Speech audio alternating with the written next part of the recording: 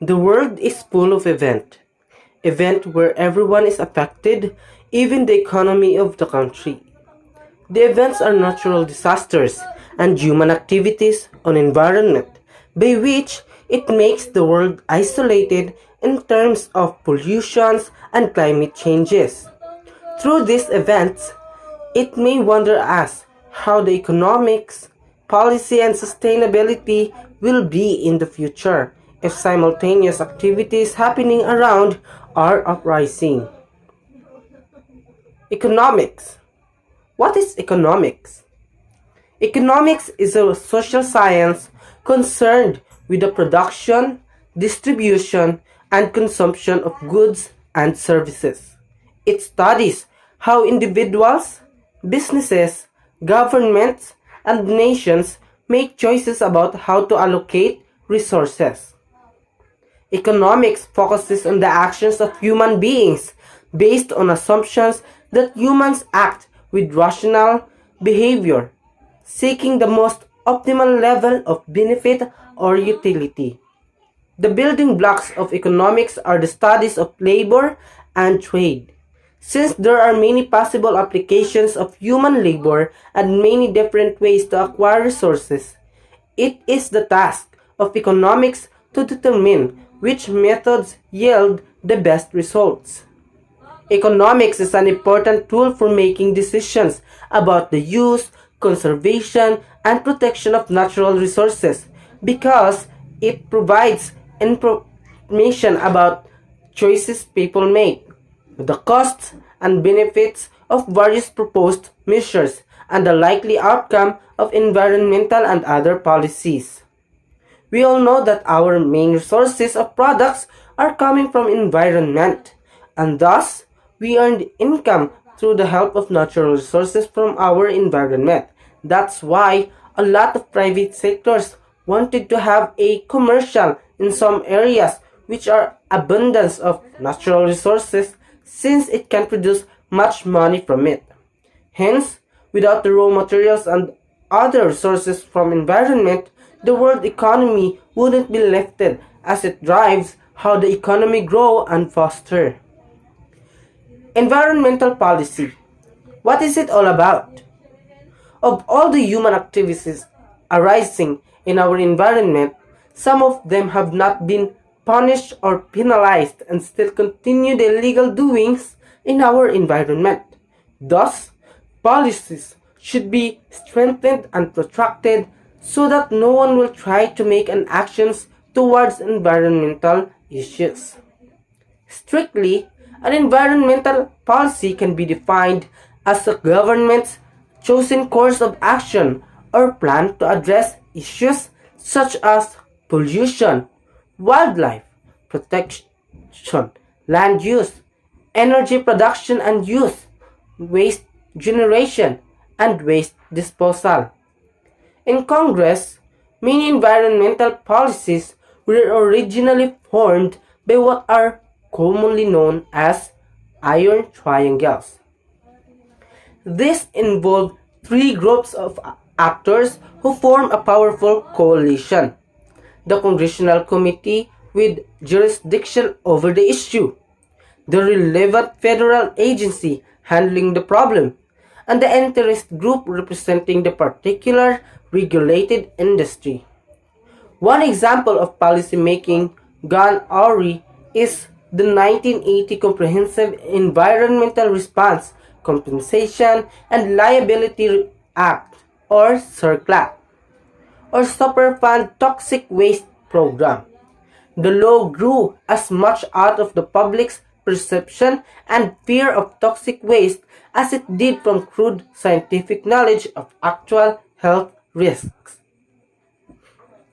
Living sustainably.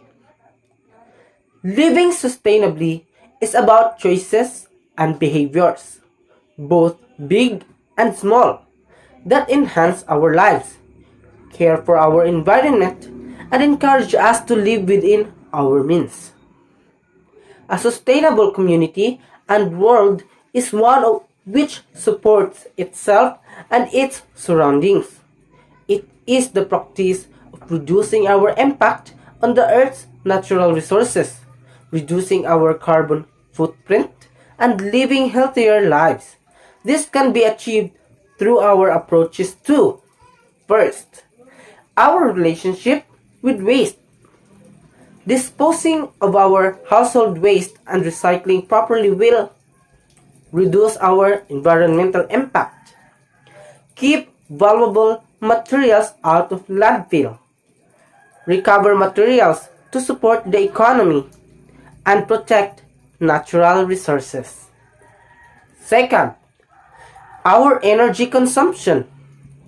By reducing the amount of energy we use at home, we will save money and reduce greenhouse gas emissions. Third, our transportation choices. Making sustainable choices about our transport and travel is good for us and the environment. Choosing sustainable travel can help you to save time and money, meet people, easily incorporate exercise into our day, and embrace new experience.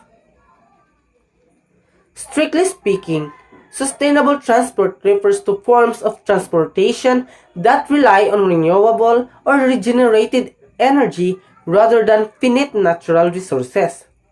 This doesn't mean that we must walk or cycle everywhere or that we can never go on holiday. Instead, sustainable transport and travel is about considering our most sustainable option wherever possible and making an effort to reduce the impact of our transport and travel footprint. Fourth, purchasing. Sustainable shopping recognizes that everything we buy has health, environmental, and social impact.